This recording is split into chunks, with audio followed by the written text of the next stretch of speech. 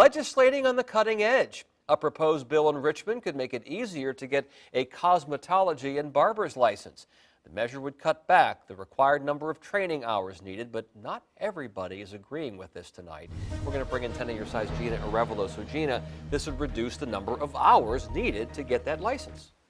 Yeah, Tom, that proposal would get rid of hundreds of hours of training if it's passed. I spoke with professionals already in the industry who say lightening the load would lead to inexperienced students in the field.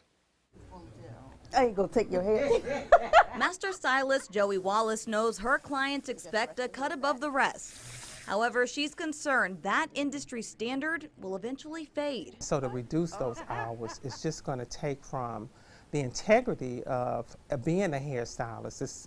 I think that I feel that it's going to diminish our career. Two bills moving through the Virginia Capitol would trim training hours for cosmetologists and barbers, and not just by a hair. Instead of 1,500 training hours, the proposal would shave off a third of that time to just 1,000 training hours. Just to think that some of this will be cut down, to me, it actually scares me. Wallace has been doing hair for 33 years and is a licensed educator. She says cosmetology school can span 9 months to a year, and there are a lot of layers. Learn theory to actually learning different things about diseases of the hair, skin.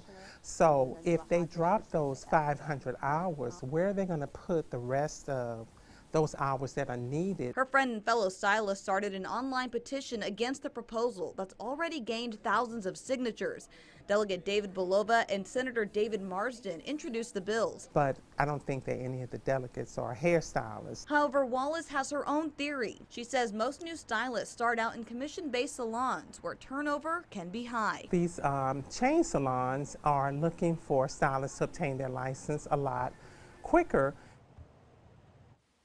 We reached out to both lawmakers to find out why they introduced the bills, but we haven't heard back. The bill will soon be discussed at a House subcommittee. Gina Arevalo, 10 on your side.